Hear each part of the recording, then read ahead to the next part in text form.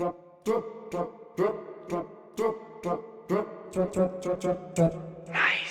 trips.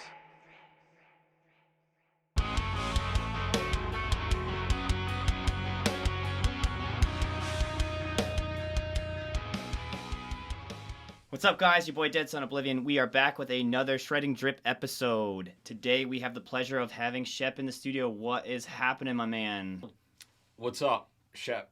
Shep in the house. I haven't seen you guys in a while. It's actually pretty good to get up in the studio with my boy over here. Ew. But yeah, just been doing a lot of crazy work. Been trying to get into the chat room as much as I can. But you know, life happens, and you know, working on music as well. So yeah, I mean, we all have been working pretty tough behind the scenes, as we say pretty much every episode.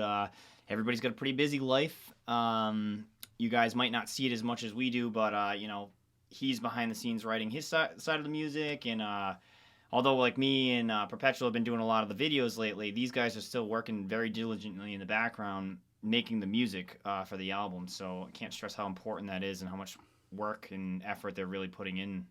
Oh yeah, every week me and Mr. Mustard are getting together and, you know, trying to put all the songs together, going back and forth through everything, double checking things, you know, just kind of making sure we got everything in order.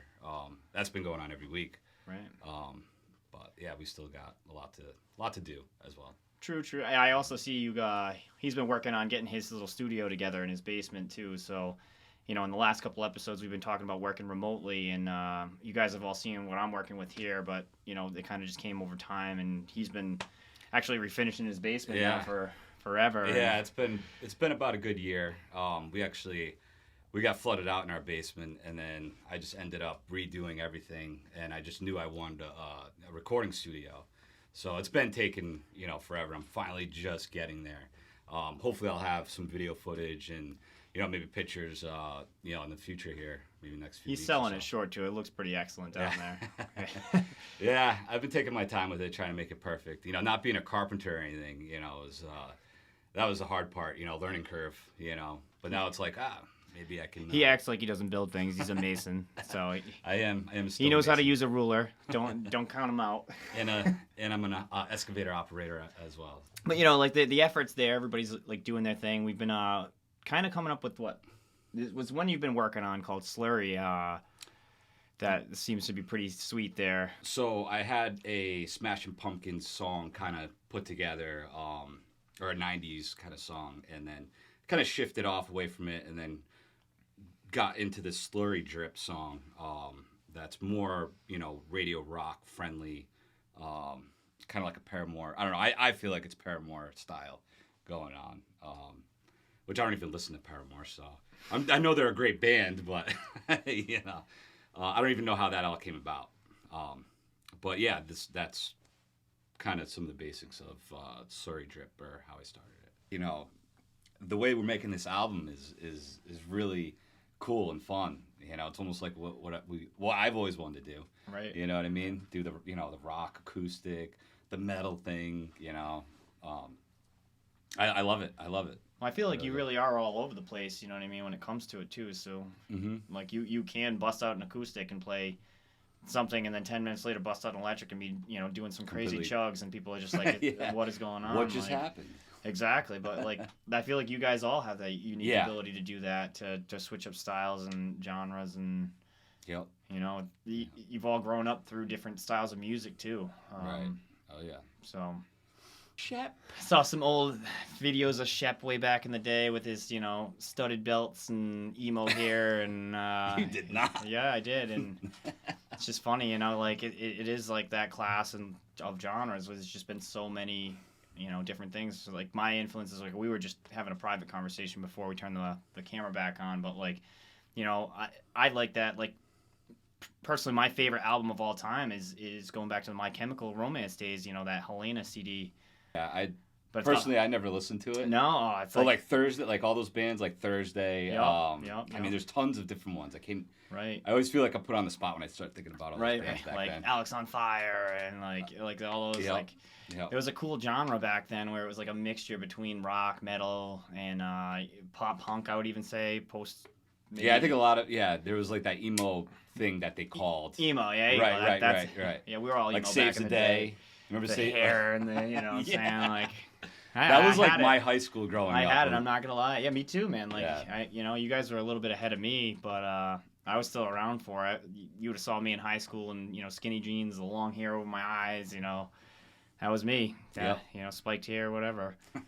But that was the style back then. The music was, to me, the music was popping. I was in love with that stuff. Like, maybe not so much the whiny aspect of it, but there's a lot of really good bands out there that were like pushing the envelope between like metal and screaming and like, but the guitar work being super good, and just really like a lot of elements to the music that just gave it that oomph. Like, like Atreyu for me was big back then. Yeah, and like absolutely. The original Avenged Sevenfold albums, not like the later ones that came on. I feel like they went a little soft when it comes to like my musical taste. But like I was into that, that rock screaming, awesome guitar solo, like just a little sweet spot of everything that as a child I was growing up with, like Guns N' Roses and like the '80s hair bands and stuff that my parents would listen to that I got to hear a little bit more of. And I feel like they pulled a little bit of elements of that and made their music, and like that was the sweet spot for me. So that's kind of what I always wanted to write. And for me, like even though, like I was saying to him before, you guys didn't hear this, but one of the songs that I worked on for the Drip album is very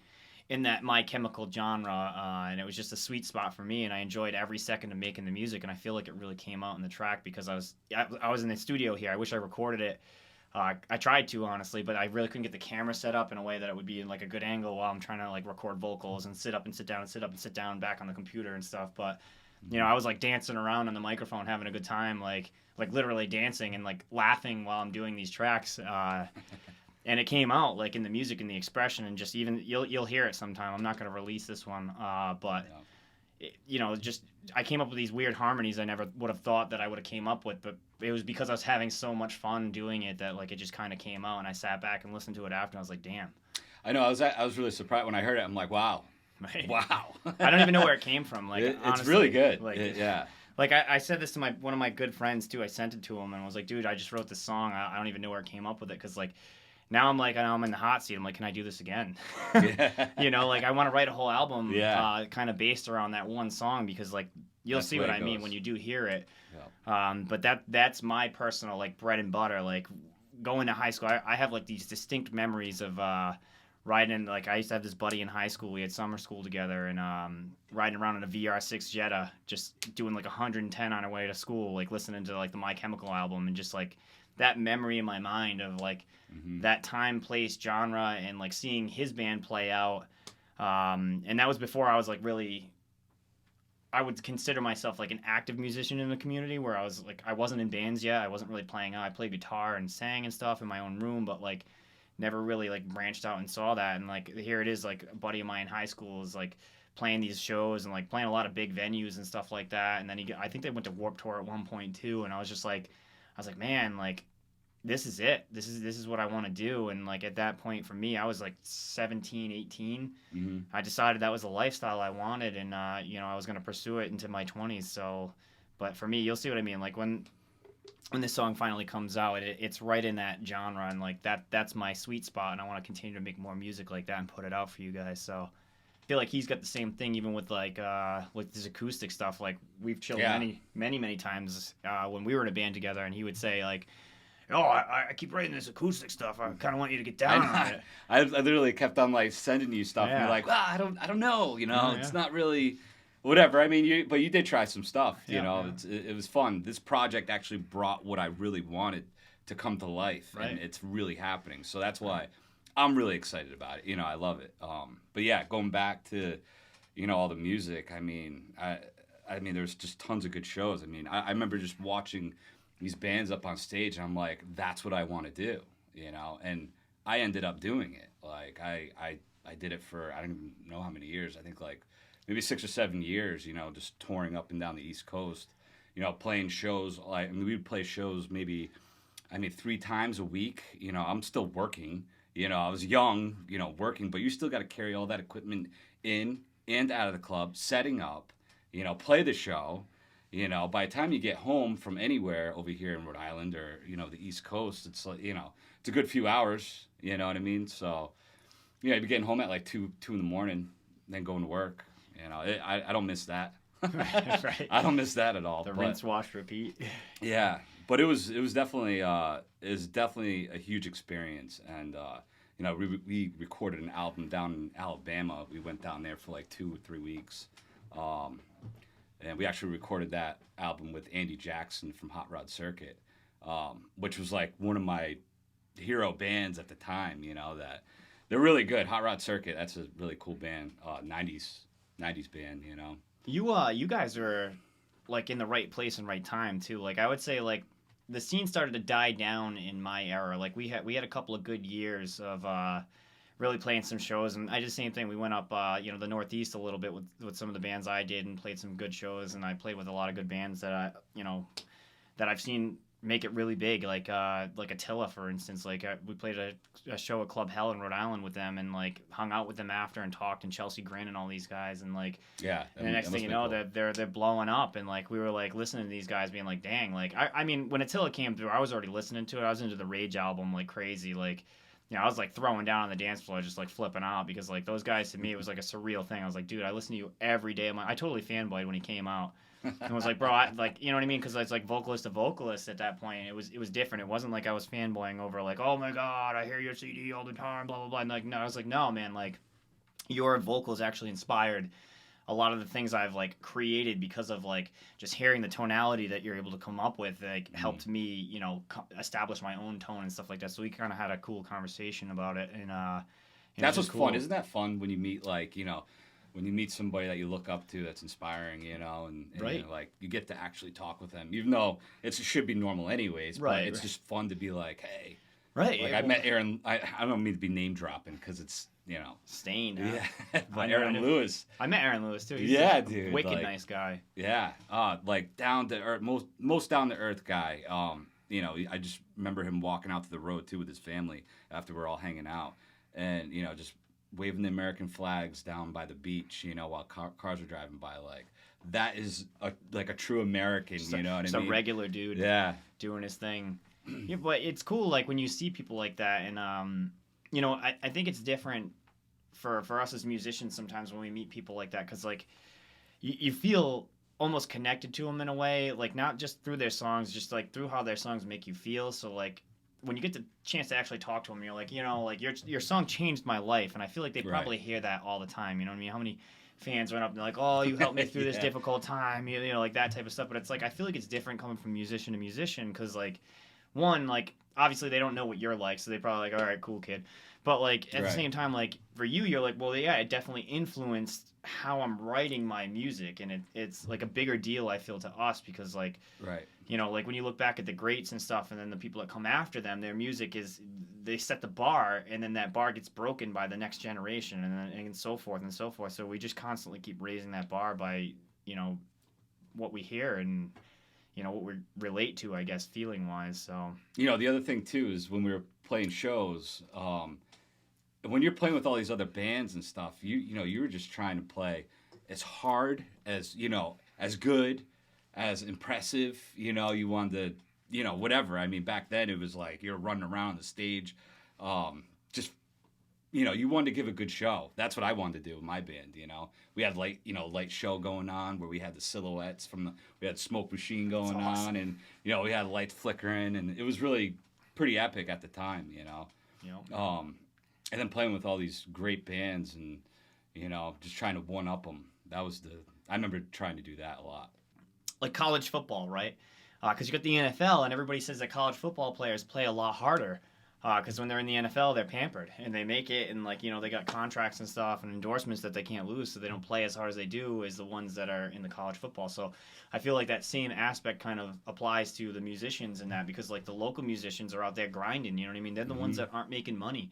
They're Yep. the ones that are selling tickets to play a show, and possibly even losing money to play a show. Like, so they're going out there giving their all to try and get some notice from some of these That's bigger bands. You know? absolutely how it was. I mean, trying to go out there and really just spread your name, you know, just however you can. We were just trying to think of different ways how to, how can we get more attraction, promotion, whatever. It was hard back then. We kind of like followed like what was going on, in the genre, So I'm like, I want to write metal, like I want to write heavy things, because when I first started off in my band, we were doing like that kind of emo stuff, or whatever you call. I don't know. It was really weird rock stuff, I guess. And then I'm like, I want to go heavy. We're going heavy.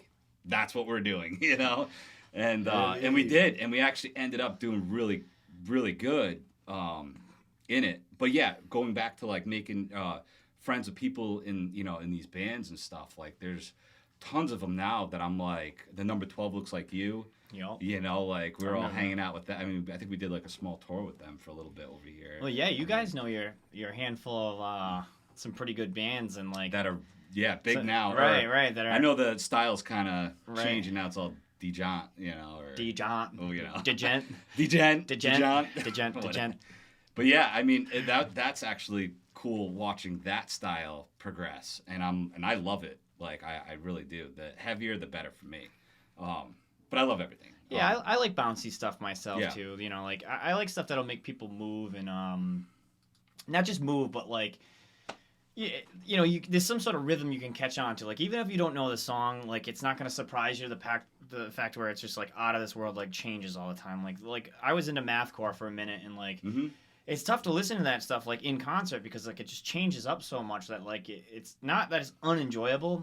It's enjoyable to listen to maybe one or two times through a playthrough, but then like over and over again in longevity, I feel like it's either a hit or miss for you. You know what I mean? It's not like some of the genty stuff, like you might not know it, but like at least you can get in there and you'll see people move into it that don't know your stuff, and like it's just a little bit cooler to me, like for them to vibe along with you versus to just stand there and stare at you. Yeah. Like I don't know if you remember like way back in the day, but like you go there and you just have the kids in the front row that are just yeah.